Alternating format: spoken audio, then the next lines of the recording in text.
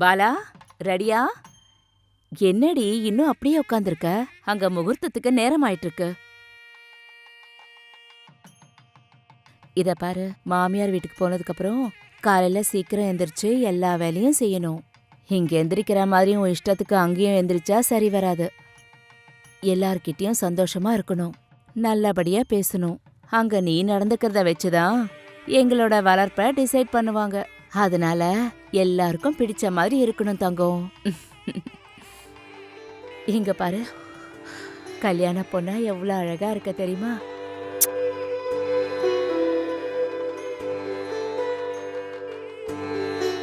அப்ப எனக்கு பிடிச்ச மாதிரி நான் எப்பமா இருப்பேன்? அப்படி இல்லம்மா. வேற எப்படிம்மா? எல்லாருக்கும் பிடிச்ச மாதிரி இருக்க சொன்னீங்க. அப்ப எனக்கு பிடிச்ச மாதிரி எப்ப இருக்கணும்னு சொல்லுங்கம்மா. அப்படின்னா எனக்கு சொன்ன மாதிரி அப்படி இருக்கணும் இப்படி இருக்கணும்னு ஏம்மா மாப்பிள்ளைக்கு யாரும் சொல்ல மாட்டேங்கிறாங்க? அப்பாக்கு ஆபரேஷன் பண்ணணும்னு, அப்பாக்கு ஏதாவது ஆயிடுமோன்னு பயந்துகிட்டு எனக்கு எதுக்குமா இவ்வளவு அவசரமா கல்யாணத்தை ஃபிக்ஸ் பண்ணீங்க? அந்த மாப்பிள்ளை எப்படி இருப்பாரு, என்ன பண்ணுவாருன்னு தெரிஞ்சுக்கிறதுக்கு கூட எனக்கு டைம் கொடுக்க மாட்டேல்லம்மா. எல்லாமே உங்க இஷ்டம் தான்ல. இது வரைக்கும் உங்க அப்பா உன்கிட்ட ஏதாவது கேட்டிருக்காரா? கேட்டிருக்காரா? நீ கேட்காமலே நீ விருப்பப்பட்டதெல்லாம் வாங்கிட்டு வந்து கொடுத்துருக்காருல்ல? அவ்வளோ ஏன், இப்ப கூட நீ யாரையாவது காதலிக்கிறியான்னு கேட்டுதானே உன் கல்யாணத்தை ஃபிக்ஸ் பண்ணாரு. அந்த மாதிரி மனுஷனுக்கு அவரோட ஆபரேஷன் டைம்ல ஒருவேளை அவருக்கு ஏதாவது ஆயிடுமோங்கிற பயத்துல தான் பொண்ணோட கல்யாணத்தை கண்குளிரா பாக்கணும்னு நினைக்கிறதுல என்ன தப்பு இருக்கு? இத பாரு பாலா, நாங்க உன்னை பெத்து வளர்த்தவங்கம்மா. யாருக்கு உன்னை கல்யாணம் பண்ணி வைக்கணும்னு எங்களுக்கு தெரியாதா என்ன? எங்களை கொஞ்சம் நம்புமா, அவன் உனக்கு கரெக்டான பையன். ஐயோ, எல்லாமே அறகுறையா விட்டுட்டு போயிருக்காங்க. ஆனா ஒருத்தருக்கு ஒருத்தர் நல்லா தெரிஞ்சுக்கணும் இல்லம்மா. கல்யாணம் ஆனதுக்கு அப்புறம் பொறுமையா தெரிஞ்சுக்கலாம், உனக்கு நிறைய டைம் இருக்கும். உங்க அப்பாவை நான் கல்யாணம் பண்ணதுக்கு அப்புறம் தானே அவரை பத்தி நான் தெரிஞ்சுக்கிட்டேன். இப்ப நாங்க சந்தோஷமா இல்லையா? வாட் இஃப் நாங்க ரெண்டு பேரும் கம்பேட்டபிளா இல்லனா? அவரு எனக்கு எல்லாத்தையும் ரெஸ்ட்ரிக்ட் பண்ணார்னா? எனக்கு ஒன்னும் அர்த்தம் புரியலம்மா. முடிச்சுக்கு பயந்துகிட்டு இருந்தா உறவு எப்படிடி உருவாகும்? பிரச்சனை இருக்காதுன்னு சொல்ல வரல, ஆனா பிரச்சனைன்னு நினைக்காம பிரச்சனை பண்ணாம இருந்தா நல்லதுன்னு சொல்றேன். புதுசுல எல்லாம் இப்படிதான் தோணும். எல்லாத்தையும் ஓரங்கட்டி சந்தோஷமா கல்யாணம் பண்ணிக்கோ, தானா சரியாயிடும். அம்மா, ஐயர் வர சொல்றாரு. சரி போ, வரோம். அக்கா, ஏதோ பலியாடுக்கு பொட்டு வச்சு ரெடி பண்ண மாதிரி நல்லா இருக்க. போடா இங்க இருந்து. ஏன்டா அவளை அழ வைக்கிற? இன்னும் எவ்வளவு நேரமா? கொஞ்ச நேரத்துக்கு தானே தொல்லை பண்ண முடியும். எப்படியோ அக்கா வீட்டு விட்டு கெட் அவுட். அதுக்கப்புறம் எப்படியோ அக்கா ரூம், அக்கா திங்ஸ் எல்லாமே எனக்கு தானே.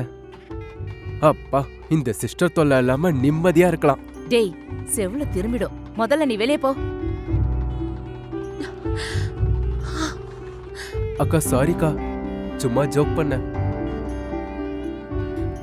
டேய், என்னடா பேசிட்டு இருக்க? நீ வெளியே போ. சும்மா ஜோக் பண்ணமா. எப்ப ஜோக் பண்ணனும் கூட தெரியாத அவனுக்கு? வெளியே போ. அழுவாத செல்லம், அவன் ஏதோ விளையாட்டுத்தனமா பேசியிருக்கான். என் தங்கம் இல்ல, அழுவாத.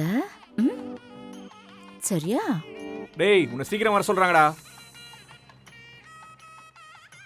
டேய் விஸ்வா, அவசரப்பட்டான்னு தோணுதுடா.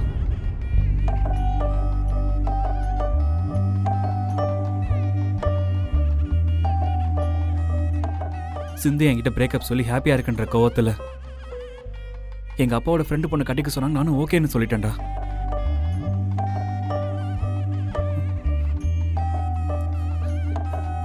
இந்த பொண்ணு யாரு என்னன்னு எனக்கு எதுவுமே தெரியாதுடா.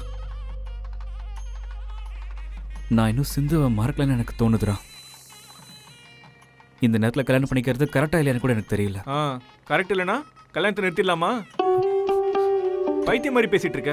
சிந்து உன்னை விட பெட்டர் ஆப்ஷனை பார்த்துட்டு கிளம்பிட்டா. இனிமேலும் அவளை பத்தி யோசிக்கிறதெல்லாம் வேஸ்ட் தான். அதனால மூடிட்டு எந்திரிச்சு மன வரைக்கும் வா. பொண்ணும் அவங்க குடும்பமும் பாக்குறதுக்கு நல்லவங்களா தெரியுறாங்கடா. நீ எதுவும் யோசிக்காம வா. டேய், பயமா இருக்கு கிருஷ்ணா. பயப்படுறதுக்கெல்லாம் ஒண்ணும் இல்லை, எந்திரிச்சு வா.